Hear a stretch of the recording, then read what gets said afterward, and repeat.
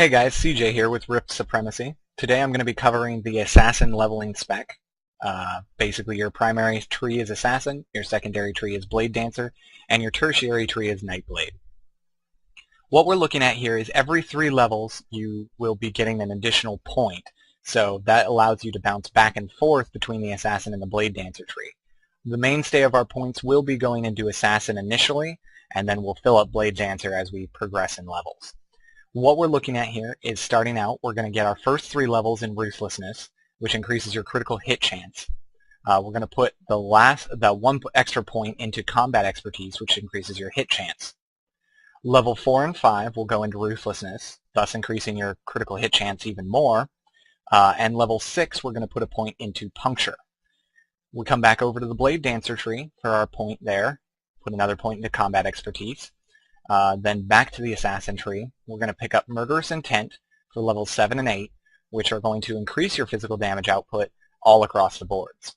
Level 9, we're going to put a point into Cloak and Dagger, and then come over here to Blade Dancer for our additional point into Combat Expertise. Levels 10 and 11, we're going to finish up with Cloak and Dagger, and then 12, we're going to put 1 point into Silent Footsteps. Come back over to the Blade Dancer tree, put a point into Combat Expertise there, and then head back to the Assassin tree as we're leveling. Right now we're at level 12. We're going to put level 13, finish up Silent Footsteps. Level 14 and 15 are going to be Cruel Vengeance, and then our point into Combat Expertise. Level 16 is going to be Backstab, and then 17 and 18 are going to be Magnify Pain. We come back over to the Blade Dancer tree for our additional point. We're going to put that in Reprisal there. Then moving on, for levels 19 and 20, we're going to put 2 points into Cruel Vengeance, and level 21, we're going to come up here for Improved Stealth, which is the best thing in this tree. It makes your stealth last permanently, so that's really good. Our extra point will come over here for Blade and Fury. We'll put it in there. Then levels 22, we're going to put 1 into Foul Play. 23 is going to be Subterfuge, and 24 is going to finish up Subterfuge. We'll come back over to the Blade Dancer tree, put our 1 point in Blade and Fury, and then move on back to the tree here, the Assassin tree. Now in the Assassin tree there's a couple things you could do at this point. I recommend putting the last 25 point into Cruel Vengeance, so we'll do that. 26 and 27 are going to be in Advanced Flanking. And then we come back over to our tree here for our additional point, put a point into in the Blade Dancer tree under Strike Back, and then back over to the Assassin tree for 28, 29, and 30 level, you're going to put the points in Poison Potency. We'll come back to the Blade Dancer tree and finish up Strike Back, and then for level 31, we'll put the point into Slip Away. Now at this point, you've basically maxed out your Assassin tree. If you feel like it, there's other points you could put in here. I honestly don't recommend it. The tree that is set up here is probably one of the quickest and most efficient ways to level via Assassin. So at this point, you can start putting your additional levels and bonus level points into Blade Dancer. What we're looking at now is we're going to put a point into Sprint for level 32.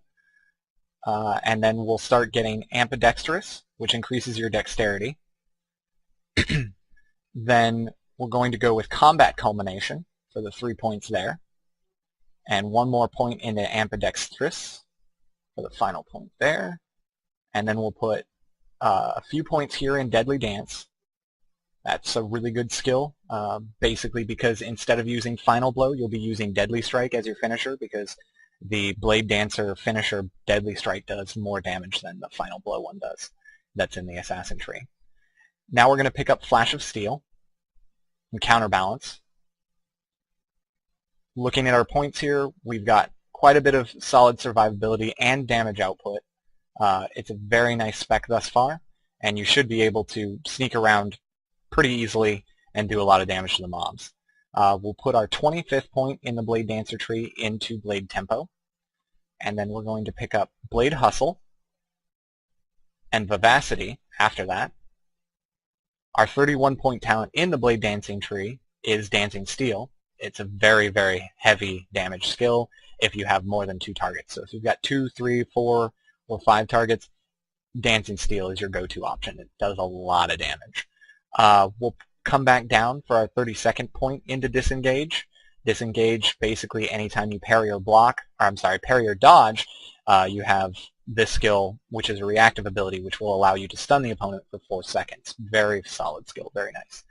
Our last 3 points we're going to put into Blazing Fury in the Nightblade tree.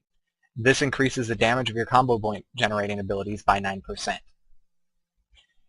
This basically will level you very quickly through 1 to 50 if you follow the tree exactly how I laid it out.